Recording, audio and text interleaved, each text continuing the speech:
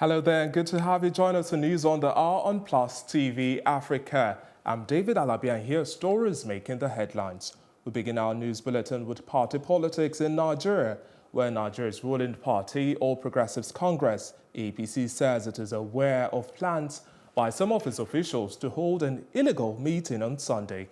The party publicity secretary Yakini Nabena, in a statement, said the illegal meeting, with a view to fault the decisions made by the National Working Committee, followed by the National Executive Committee, NEC, as regards the mode of the party's primary elections. One of the major resolutions of the NEC meeting was that the party would adopt direct primaries for its presidential ticket, while state chapters will decide whether or not to utilize direct or indirect primaries for other tickets. Direct primaries involve all members of the party voting to elect candidates, while indirect primaries involves delegates during the elections. The Senior Special Assistant to the President on Media and Publicity, Garba Shehu, has announced that Nigeria and China have completed arrangements to sign $328 million agreement on the National Information and Communication Technology Infrastructure Backbone Phase 11. The presidential aide said that President Muhammadu Buhari, who arrived Beijing, China, on Saturday, will join his Chinese counterpart, Xi Jinping, to witness the signing of the agreement. According to him, the bank facilities for the development of National ICT Infrastructure Backbone 11 project, which is consistent with the current administration's commitment to incorporating the development of ICT into national strategic planning under the National Economic Recovery and Growth Plan. Away from that development now, the Chief Executive Officer of Sahara Group, Tonye Cole, has stepped down from the management of the indigenous oil firm, planning to contest the Rivers State governorship election in 2019. His resignation was announced by the board and management of the oil firm. In a two-page statement, the company restated its political stand, stressing that, in line with the group's corporate governance policy, it neither, quote, sponsors nor backs any political party or actor in all of the markets it operates, including Nigeria, end of quote. We'll bring you more details on that story shortly. Now it is estimated that over 1,000 new cancer cases are discovered every year in Nigeria, with cervical cancer on the high side of that figure. Sadly, with lack of estimated adequate cancer screening and treatment centers, Plus TV Africa's Amaka Okoye was at the Prevention for Cervical Cancer Walk and brings us this report. And that's how the Walk for Cervical Cancer Prevention started today in Lagos, Saturday morning, the 1st of September. Nigeria has a population of approximately 32 million women between age 15 to 64. Women between the age of 18 to 35 are likely to suffer from cervical cancer. According to World Health Organization, women die every hour of cervical cancer in Nigeria. That is 24 women per day. At this year's Walk for Prevention of Cancer, the key message is kick out cervical cancer and let more women live. The IMAX Merit Walk is a cause to raise awareness for cervical cancer prevention in Nigeria and in Africa, because one woman, especially in Nigeria, one woman dies every hour of cervical cancer, and we think it's unacceptable that women should be dying from a form of cancer that is 100% preventable. I would say that this event is very important. It's targeted at women who are like the folk, they are the category of people that are affected by cervical cancer. Cervical cancer is one of the cancers that can be preventable, as it has pre-cancer stage. So with a pap smear, it can be detected with the checks. But unfortunately, we don't have as much information out there about cervical cancer as we should. We have so many women in Nigeria dying from it as a result of late detection. It's also one of the types of cancer that has a vaccine to it. So I am just excited that we're raising awareness about prevention, and we're also providing free screening for women to find out early, and even for those that don't have it, to get screened. It can also be harbored for 10 to 15 years without symptoms, meaning any woman at the earliest stage of cervical cancer will show no symptoms, which is dangerous. Cervical cancer is the weeping child, as it were, begging for attention, and by extension affects all. It might be true that the disease has no direct relationship with men, but men have relationships with women. And I have a lot of women in my life. I have a daughter, I have a wife, I have a mother, and I have sisters.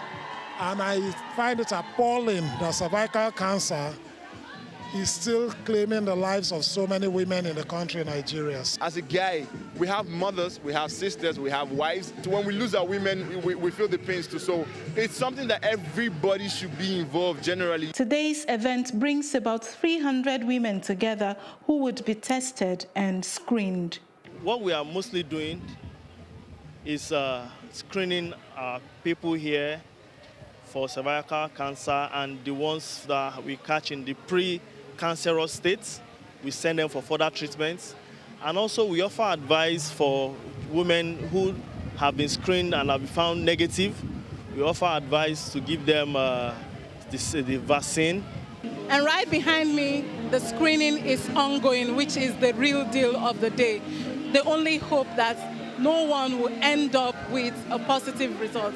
But in the event that one woman comes with a positive result, that means they would have succeeded in saving the life of one woman from an untimely death, because cervical cancer is treatable. For Plus TV Africa, Amaka Okoye. And it's now time to take a quick break. Stay tuned for more news when we return. Don't go anywhere.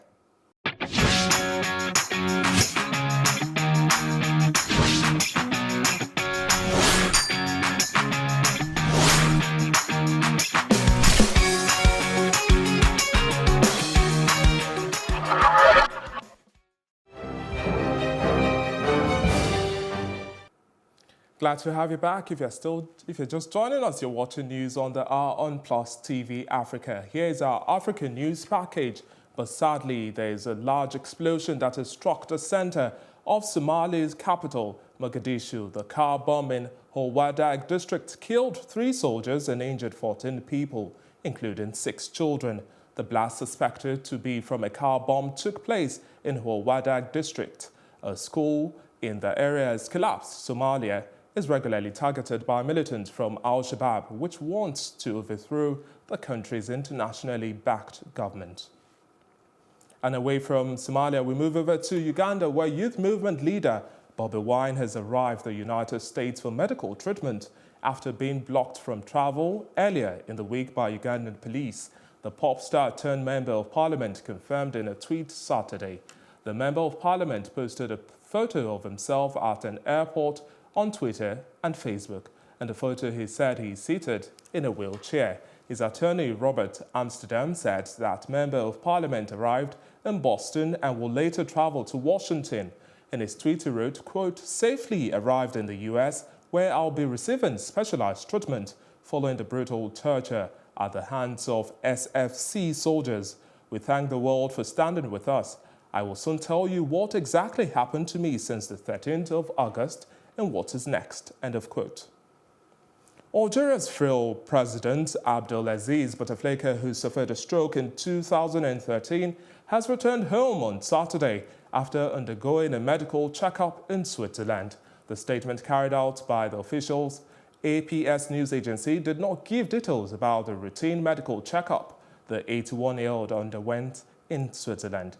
Mr. Bouteflika has been weak since suffering a stroke in 2013, which diminished his mobility and forced him to work from his residence in Zeralda, west of Algiers.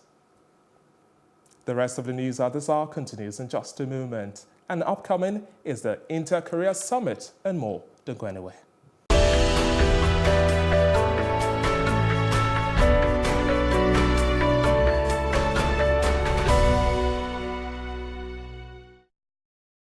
And on the foreign scene, the U.S. decision to end its funding for a UN agency that helps Palestinian refugees and their descendants is an attack on the rights of the Palestinian people. That's a quote from Nabil Abdul Rudene, the spokesman for President Mahmoud Abbas, who said that. He said the move does not serve peace, but rather strengthens terrorism in the region.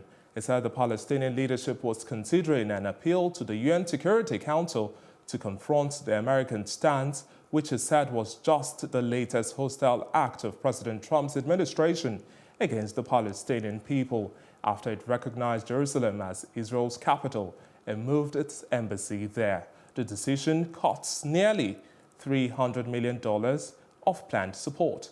The U.S. decision comes as President Donald Trump and his Middle East point men, Jared Kushner and Jason Greenblatt, prepare for the rollout of a much-vaunted but as yet unclear peace plan for Israel and the Palestinians, and it could intensify Palestinian suspicions that Washington is using the humanitarian funding as leverage.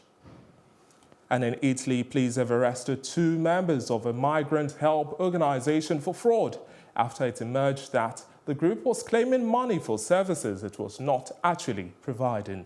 The group, a co-op called Solidarity, took money from the government in Florence to provide basic services to migrants under their care at a facility they were running. Investigators found out that not only was the group not providing services, they had received taxpayer cash for housing migrants in the facilities above capacity. In China, police on Sunday said it has detained 46 people in Liuyang City after bottles, bricks and firecrackers were thrown at officers and government officials during a 600-strong protest against problems in the education system. In a statement on its official microblog, Liuyang Police in China's southern Hunan province said it detained the people for disturbing public order and damaging police facilities during the protest outside a police station late on Saturday. People angry about the difficulty of enrolling their children at public schools protested near 6 schools and a government building and blocked roads, police said. Meanwhile, a high-level South Korean delegation will fly to North Korea this week to discuss arrangements for an inter-Korean summit there this month as relations grow cooler between Washington and Pyongyang. The Seoul President Moon Jae-in Sunday named his top security advisor as a special envoy to the North to discuss details before Moon's planned meeting in Pyongyang with Kim Jong-un. Chung Yun-young, head of the Presidential National Security Office, will lead a 5-member delegation to the North's capital on Wednesday. Moon's spokesman Kim Yong-kyum told reporters last month Trump ordered Secretary of State Mike Pompeo to abruptly cancel a planned trip to Pyongyang, citing lack of progress on denuclearization. Next is our business news reports.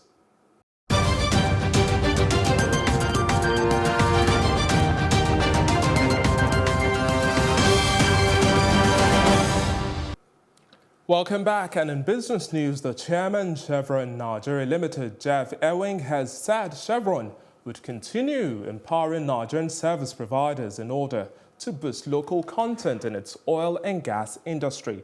Chevron Nigeria Limited in 2017 showed that approximately $2 billion was invested in Nigerian content procurement of materials through local community contractors, was $74 million, and cost of services provided by indigenous companies stood at $284 million. According to Jeff, CNL has allocated substantial scopes of its major capital projects to Nigerian companies, hence growing the Nigerian economy. The company said it had, in partnership with the Nigerian Content Human Capacity Development Initiative, continued to train and equip Nigerians to deliver value through executive and management training. And still talking business, the African Development Bank has declared the Off-Grid Energy Access Fund, OGEF, which has had its completion, the first close with committed capital of $58 million from the AFDB, the Nordic Development Fund, the Global Environment Facility, Calvert Impact Capital, and All On. The fund is part of the bank-sponsored Facility for Energy Inclusion, FEI, a $500 million debt platform to catalyze capital markets support for innovative energy access strategies. OGEF's first close follows the official launch of FEI at the Africa Energy Marketplace on July 5th to 6th this year, where the initiative was presented to representatives of 5 African countries, including Nigeria, Cote d'Ivoire, Ethiopia, Egypt, and Zambia, as well as leaders from the private sector and the development partner communities. Still ahead on Plus TV Africa News is our roundup on entertainment. Stay tuned.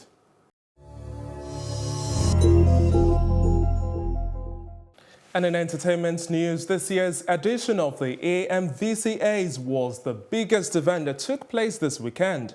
It was a celebration of Africa's biggest stars in the movie industry. It took place at Eco Hotel and Suites on Saturday, the 1st of September, and was a remarkable, glamorous event with the men dressed to impress and the women dressed to steal the show. The major winners include Best Act Director Tunji Afolayan, Best Indigenous Language Movies for Hausa, Yoruba and Igbo, Ali Nuhu, Femi Adebayo and Lillian Afegbai, respectively. Best Actress went to Omotola Ekende and Best Supporting Actor went to Fowles. And following Aretha Franklin's burial last week, all of her 4 sons, Clarence, Edward, Key Calv and Ted White Jr. Clarence, are to get an equal share in their mother's estate, as it was recently revealed that she had no will. This is in accordance with Michigan law, as in most states in the U.S. Assets are to be divided in the absence of a will. An unnamed niece of Aretha is to act as the executor. Although the value of her estate is yet to be established, experts say it could take years to ascertain. And that's it on entertainment news. And there you have it. That's our news roundup of events at this hour. For more news updates, please follow us at Plus TV Africa. That's on Facebook, Twitter and Instagram. And please do remember to subscribe to our YouTube page at Plus TV Africa.